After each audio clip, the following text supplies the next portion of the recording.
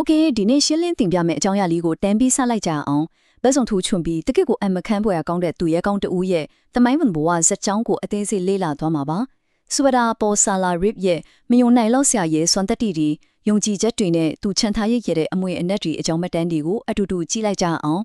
ကနန်း630ခွမိကဲဒါတာမန်ကနန်းတစ်ခုတော့လုံးဝမဟုတ်ဘူးနော်ဒါကပထမကပ္ပစစ်မီကဒန်းလေးတောင်ပြည့်ရဲ့ရှုရှိချီမှမြန်မာတက်မတော်ထဲကိုဝင်ရောက်လာတဲ့ရွာတုံကလေးတူရဲ့ကိုပိုင်အမတ်စင်မှာနာမည်တော်ထိမသိကြတဲ့ကြီးလက်ဒေတာကကလေးတယောက်ဟာကပ္ပအစစ်မီတန်းနာကြီးတပအချစ်ဘလို့များပြောင်းလဲသွားခဲ့တယ်လဲဆိုတာကိုဒီစစ်ပတ်ဆိုင်ရာမှတ်ပုံတင်နံပါတ်လေးနဲ့စပြီးချီရခံကြည့်ကြရအောင်ဒီလေးလာတင်ပြချက်မှာတော့သူရဲ့စက်ကွဲပုံစံဘွားခီးစဉ်ကိုအစင်ကားစင်နဲ့တွားပါမယ်ပထမဦးစွာကဘာစင်မင်းထက်ကိုရောက်သွားတဲ့ရွာတငယ်ကြောင့်အဲဒီကနေကြိုက်ကြီးသုံးတိုက်ကစစ်စင်ရေးတွေသူရဲ့ကောင်းတို့ရဲ့ဆူဒန်စိတ်များအလင်းရောင်ကိုစာတီမျက်စီပြန်တဲ့ဆောင်လာခြင်းနဲ့နောက်ဆုံးအမွေအနှစ်တစ်ခုအဖြစ်ဝန်ဆောင်မှုပေးခြင်းဆိုတဲ့အပိုင်းတွေမှာဖြစ်ပါတယ်ပထမဆုံးအပိုင်းအနေနဲ့ကဘာစင်မင်းထက်တို့ရောက်ရှိသွားသောရွာတငယ်မန်ပရွာလေးကောင်ကြီးကဘာအစင်ကိုတက်လန်းခဲ့တဲ့ဇလန်စာကိုတွားကြည့်ကြရအောင်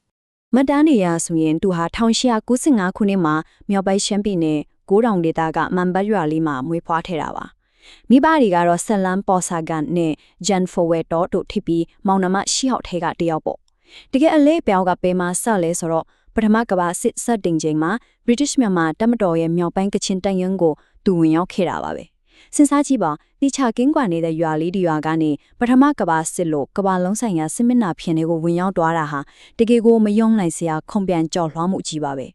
အပိုင်းနဲ့တိုက်ကြီးသုံးတိုက်စီစစ်စင်ကြီးများဒီနေရာမှာတကယ်စိတ်ဝင်စားစရာကောင်းတာကသူ့ရဲ့တာဝန်ထမ်းဆောင်ခဲ့တဲ့နေပေကျေပြန့်မှုပါပဲသူ့ရဲ့စေရခီးစဉ်ကိုမိဒီပုံပေါ်မှာကြည့်လိုက်မယ်ဆိုရင်ထန်လုံးကပဆက်လေးခုနှစ်မှာအရှိအလဲပိုင်းစစ်မျက်နှာဖြစ်တဲ့အီရတ်နိုင်ငံမဆိုပိုတေးမီးယားမှာစတင်ခဲ့တာတွေ့ရပါမယ်အဲ့ဒီကနေဌာနက19ခုနှစ်ဌာနက23ဝက်ချီမြောက်ပိုင်းအီရတ်ရဲ့တကယ့်ကိုကျန်းတဲ့နဲ့တောင်တန်းတွေရှိရဲ့ကာဂျစ်တန်ဒေသအထူးစစ်စင်ရေးလေးမှာပါဝင်ခဲ့ပြန်ရောဒီကြားတဲ့ဌာနက21ကနေဌာနက20အထိအိန္ဒိယတောင်ပိုင်းမာလာဘာဒေသရဲ့ပြည်တွင်းလုံခြုံရေးစစ်စင်ရေးတွေမှာလည်းပါဝင်ခဲ့သေးတာပါမြေမျက်နှာတွင်ပြန်ရောယာတီဥရုပါလုံးဝကွေးပြားတဲ့ကပ္ပလီယာအနှံ့ပြားကစစ်စင်ရေးကြီးတွေမှာတာဝန်ခံဆောင်ခဲ့တာဟာတကယ်ကိုအံ့အားခမ်းပါပဲဒီလိုတာဝန်ထမ်းဆောင်ရင်မဆိုပိုတေးမီးယားမှာတက်ချက်ကြီးအဖြစ်ကချင်ရဲဘော်တွေနဲ့အတူရှိနေစဉ်မှာပြတာခဲ့တဲ့စံပြရဲစွမ်းတက်တီကြောင့်သူ့ကိုဂျန်ဂီအီနမ်လို့ခေါ်တဲ့အထူးဆုချီးမြှင့်ခဲ့ပါတယ်။ဒါကဘာလဲဆိုတော့မျိုးဆက်နဲ့ဆက်တီတလားကိုမာယူပြီးအမွေဆက်ခံခွင့်ရတဲ့ရဲစွမ်းတက်တီပင်ကျင်လားစာပါ။စစ်တမိုင်းကိုပြန်ကြည့်ရင်ဒါအလုံးကိုရှားပါပြီးထူးခြားတဲ့ချီးမြှင့်မှုတစ်ခုဖြစ်တယ်ဆိုတာတွေ့ရပါလိမ့်မယ်။အပိုင်း3သူရဲကောင်းတဦးဤစုတန်စိန်များဒီတော့သူ့ရဲ့ပေးဆက်မှုတွေအတွက်ရုပ်ဝတ္ထုပိုင်းဆိုင်ရာတည်တည်တွေကိုစက်ကြည့်ရအောင်ဒီနေရာမှာအရေးကြီးဆုံးအချက်ကဒီစုတန်ဆိုင်တီဟာတာမန်တတူပြလေးတွေမဟုတ်ဘူးဆိုတာပါပဲစစ်မြေပြင်မှာတက်ကြွစွာတိုက်ခိုက်ခဲ့လို့ရတဲ့ military cross မှာစစ်ပွဲကြီးအတွက်အောင်ပွဲတန်ဆိုင်ကာဒစတန်နဲ့မာလာဘာတိုက်ပွဲတွေအတွက်အိန္ဒိယအထွေထွေဝန်ဆောင်မှုစုတန်ဆိုင်တွေဖယင်း George 5ငွေရတုတန်ဆိုင်အပြင်တစ္ဆာရှိစွာတာဝန်ထမ်းဆောင်မှုအတွက်ဂုံထူးဆောင်လက်မှတ်တွေလည်းပါဝင်ပါတယ်ဒီစုတန်ဆိုင်တွေအားလုံးဟာသူ့ရဲ့တသက်တာရဲစွမ်းတက်တည်နဲ့ပေးဆက်မှုတွေအတွက်မျက်မှန်ကိုတွေ့တက်တယ်တွေပါပဲဒီအချက်ကတကယ့်ကိုစိတ်ဝင်စားစရာပါဒီຢာတွေကသူ့ရဲ့တွင်တွဲနေတဲ့အမတ်လက္ခဏာနှစ်ရပ်ကိုအလွန်ရှင်းလင်းစွာသရုပ်ဖော်ပြနေပါတယ်တစ်ဖက်မှာပရိသေအမ်ပါယာကြီးအတွက်တိုက်ပွဲဝင်ခဲ့တဲ့ကပ္ပလုံးဆိုင်ရာစစ်သားတို့ရဲ့ခုံပြူစုတန်စိတ်တွေရှိနေတယ်လို့အခြားတစ်ဖက်မှာတော့ကချင်လူမျိုးတွေကြားမှာအလွန်လေးစားခဲ့ရတဲ့ခေါင်းဆောင်တို့ရဲ့သင်္ကေတဖြစ်တဲ့အခမ်းအနားတွန်းထားကိုလည်းရရှိခဲ့တာပါကပ္ပစစ်သားတို့နဲ့လူမျိုးစုခေါင်းဆောင်တို့ကြားကဟန်ချက်ညီမှုကိုအထင်ရှားပြသနေတာပေါ့ကဲနောက်တစ်ဆင့်ကိုသွားကြရအောင်အပိုင်းလေးအလင်းရောင်ကိုဇာတိမြေတို့တည်ဆောင်လာခြင်းစစ်မြေပြင်ခနဲ့အပြန်ခီးစင်မော့သူဟာစစ်မြေပြင်မှာတာမကပြင်းပမှာလဲအမျောအမြင်အလွန်ကြီးမားသူပါကိုရောင်ဒေတာရဲ့အနာဂတ်ဟာပညာရေးနဲ့ဝိညာဉ်လေးရတိုးတက်မှုအပေါ်မှာအများကြီးမူတည်နေတဲ့ဆိုတာကိုသူကောင်းကောင်းသဘောပေါက်ခဲ့ပါတယ်ဒါကြောင့်နာမည်ကျော်သာသနာပြုဆရာဒေါက်တာအိုလာဟန်ဆင်နဲ့ Reverend Sweat လို့ပုဂ္ဂိုလ်တွေနဲ့ပူးပေါင်းပြီးလွယ်လုံနဲ့မန်ဘတ်ဒေတာတွေမှာပထမဆုံးသာသနာပြုကျောင်းတွေနဲ့ဖျားကျောင်းတွေကိုစတင်တည်ထောင်ခဲ့ပါတယ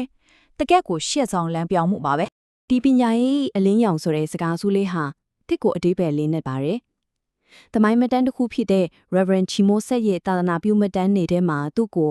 ဇာတိမြေစီပညာရေးအလင်းရောင်ယူဆောင်လာပေးတဲ့ရှေ့ဆောင်လမ်းပြတိုးဖြစ်အတိအကျဂုဏ်ပြုရေးသားထားတာတွေ့ရပါတယ်။ဆိုလိုတာကတမိုင်းပညာရှင်တွေနဲ့သူ့ခေတ်ကလူတွေဟာသူ့ရဲ့ဇာတိမြေအကျိုးပြုလုပ်ငန်းတွေကိုဘလောက်အထိတန်ဖိုးထားလီစားခဲ့ကြတယ်လဲဆိုတာကိုထင်ထင်ရှားရှားပြသနေရပါပဲ။နောက်ဆုံးအပိုင်းကငြိမ်ငြိမ်အမွေနဲ့တစ်ခုဖြစ်သောဝန်ဆောင်မှုပေးခြင်း မော်မက်တဲ့စိတ်တက်တွေဘယ်လိုဆက်လက်ရှင်တန်နေတယ်လဲဆိုတာကြည့်လိုက်ရအောင်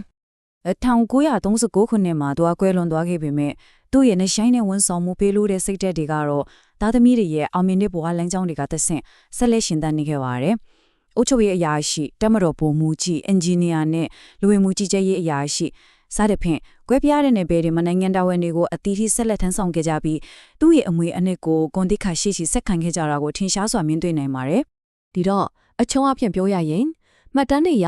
စူဘေရာပေါ်ဆာလော့ယက်ဆိုလာဟာ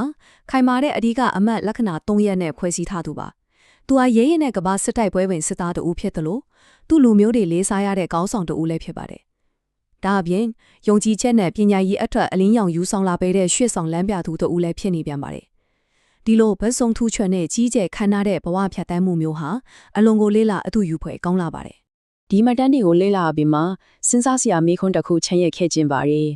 စစ်မြေပြင်မှာစုတန်စိတ်တွေအများပြားရရှိခဲ့ပြီးမြဲလေပညာရေးနဲ့ယုံကြည်ခြင်းဆိုင်ရာအငွေနဲ့တွေချန်ထားခဲ့နိုင်ခြင်းကသာသူ့ရဲ့အကြီးမားဆုံးသောအောင်ပွဲဖြစ်ခဲ့သလား